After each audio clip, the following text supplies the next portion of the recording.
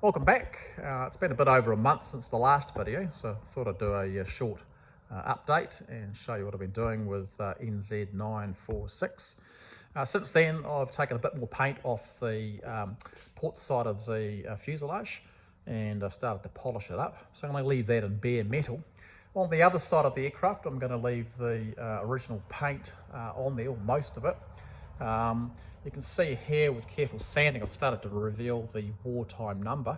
So NZ946 was the serial, and it had 46 painted on the sides. That was in red on the original yellow. And you can see in here all the different colours. So this is the top coat, which is a very rough hand painted yellow.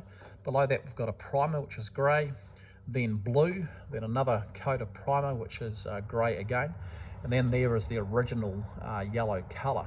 So that would have been sitting on top of the zinc chromate, and then sitting on top of this coat of yellow is the red number. So I'm very, very carefully sanding that down to get to the red numbers so that they can be seen. And this is kind of the finished result that I'm wanting here.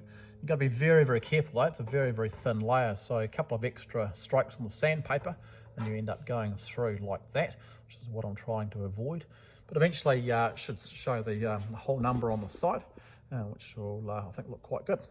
So around here, I've got a few parts all laid out that I've picked up over the last few weeks.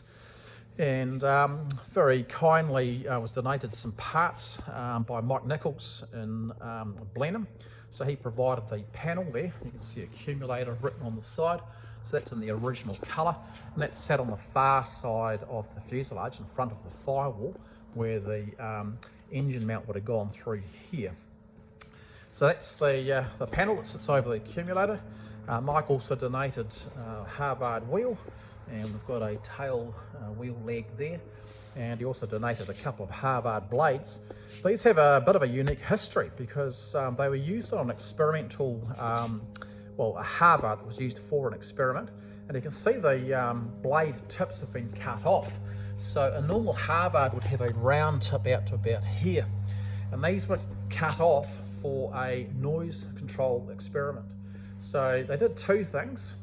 They put a big exhaust along the side of the aircraft, so that would have gone on the other side of the fuselage on the starboard side. That ran from the engine right down across the wing to the back, and that did help reduce some of the exhaust noise. And then most of the noise in a Harvard comes from the fact that at fine pitch and high power settings, the blade tips are going supersonic. So the idea was by cutting off the blade tips, that would actually reduce the noise. The result of the experiment, yeah, they did actually get a quieter Harvard, but the problem was by taking the blade tips off, they also lost a lot of performance. So the idea didn't stick, and no other aircraft were adapted with the cut-off blades, but that is the history behind those two particular blades. Also kindly donated by John Saunders, also in Blenheim, was the front windscreen there and surround. So as you can see, that's in pretty reasonable condition apart from the broken perspex, but the original part in here, you can see it's all corroded, broken right through. So I will replace that with the new front canopy. And most of the rest of the parts here, basically I've acquired and purchased from Peter McCordis in Ashburton. So Peter had some of these parts left over from a couple of projects he had. He had a Harvard cockpit and also a complete Harvard, which he has on sold, but these were left over.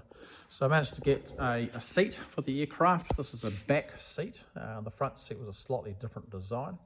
Also the canopy frame there. This is in better condition than the one that's on the aircraft at the moment because they had holes drilled through that one. So this one here has the original perspex that goes over the top. Now to make a simulator, which is what I'm proposing on doing, possibly with the project, you need obviously a stick, you need a throttle, and you need pedals. So I had that stick there. The sticks vary in the Harvard. This one's got a sort of pistol grip on the top. Some of them had a spade grip, and you can see that's also wooden. some were metal as well. So I also had the throttle quadrant there, so you can see the 3 levers, pitch on the side, in the middle is mixture, then the longer lever is the throttle. So the other thing of course I needed was a set of pedals, and Peter had these. I purchased these off Peter, so they're in excellent condition. They're -1 fitting off the right hand side through there. You can see the North American logo on there, so NAA, North American Aviation, and the press pedal to release parking brake. So they can be mounted into the cockpit. Here is a foot rest. That's the bit your foot goes on, because below the seat it's a bit of a drop right down to the bottom of the fuselage, which is where the centre section is. So this is badly corroded. Obviously it's been out in the weather. We can see on the end here there's a relatively good fitting, so that could be duplicated if necessary to go into the aircraft. The other bits and pieces here are also Harvard. I haven't identified all of them, but here we've got a couple of straps that would have been used for a tank, petrol tank, and then here these are anti-vibration mounts, the instrument panel. You can see there's a packet of those there. A few other bits and pieces here. We've got a fitting here, which is a pulley for a control cable. These are actually steps out of a later Harvard, the Mark II. These bits here actually pop out. You pull those out to step on to the tube to get into the aircraft. Now this here is a mixture control, so it's a bell crank for that. And then we've got a fuse box at the back, another junction box there. I think this here is where the mast went in, the aerial at the front of the aircraft, and other bits and pieces there. So to get some of those items into the aircraft, what I'd need to do is actually reinstate